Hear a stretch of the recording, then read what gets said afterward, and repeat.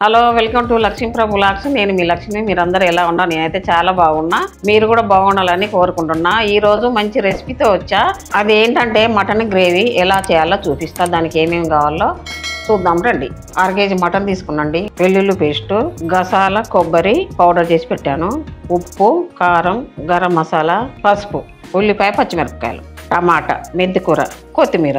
ఇప్పుడు తయారు చేసే విధానము చూద్దాం రండి. స్టవ్ ముట్టించుకొని కుక్కర్ పెట్టుకోవాలి. మటన్ కాబట్టి మనం కుక్కర్లో వండుకోవాలండి. 4 విజిల్ ఇస్తే బాగుంటుంది. ఇప్పుడు మనం నూనె పోసుకుందామండి. నాన్ వెజ్కి కొంచెం నూనె ఎక్కువ పడుతుందండి.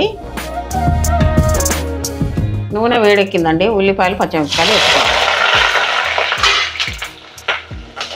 కొంచెం ఉల్లిపాయలు, పచ్చిమిరపకాయలు కలర్ మారేదాకా వేయించుకోవాలి నూనెలో. ఉల్లిపాయలు, పచ్చిమిరపకాయలు వేగిపోయినాయండి. ఇప్పుడు మనం మెంతికూర వేసుకుందాం. మెంతికూర కొంచెం పచ్చివాసన పోయేదాకా వేగాలి నూనెలో. మెంతికూర వేసుకుంటే మటన్లో చాలా బాగుంటుందండి. మీరు కూడా వేసుకోండి. ఇప్పుడు పసుపు వేసుకోవాలండి. అలాగే అల్లం వెల్లుల్లి పేస్ట్. అల్లం వెల్లుల్లి పేస్ట్ నూనెలో పచ్చివాసన పోయేదాకా వేగాలి. ఇప్పుడు మటన్ వేసుకుందాం మనం. అలాగే కొంచెం ఉప్పు వేసుకోవాలి. మటను మంచిగా నూనెలో ఉడికి మటన్లో ఉన్న వాటర్ అంతా బయటకు వచ్చేస్తుంది. అప్పుడు మనము దీనికి కారపొడి అవన్నీ వేసుకోవాలి. ఇప్పుడు మటన్లో నీరంతా పోయిందండి. ఇప్పుడు మనం కారం వేసుకుందాం. కారం వేసుకొని ఇలా బాగా కలుపుకోవాలి. కలుపుకున్న తర్వాత ఇందులో టమాటా వేసుకోవాలి. టమాటా కూడా కొంచెం ఉడకాలండి. ఇందులో టమాటా మటన్ మంచిగా ఉడికితే గ్రేవీలాగా ఉంటుంది. కొద్దిసేపు మూత పెట్టుకుందాం.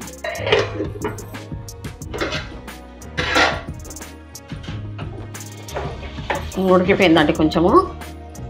ఇప్పుడు మనము గసాల కొబ్బరి పౌడర్ వేసుకుందాం. ఇలా కలుపుకొని మనం కొద్దిగా నీళ్ళు వేసుకుందాం. కొంచెం ఉడకాలి కదా మటన్. కొత్తిమీర కూడా వేసుకోవాలండి.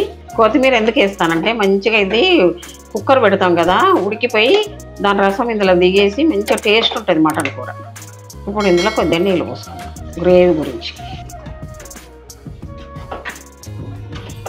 ఇప్పుడు కుక్కర్కు మూత పెట్టేసి ఒక 4 విజిల్ వస్తే చాలండి. మంట చిన్నగానే పెట్టుకోవాలి.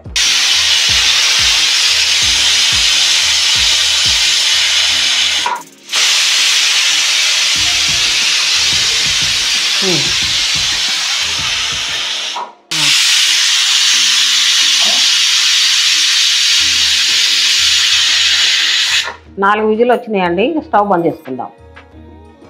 ఆవిరంతా పోయినాక విజిల్ తీసుకుందాం. ఇప్పుడు తీస్తామండి విజిల్.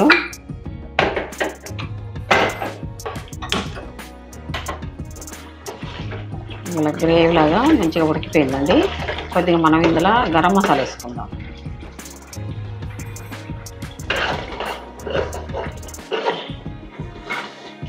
ఇంతేనండి. ఇక స్టవ్ బంద్ చేసుకున్నాం.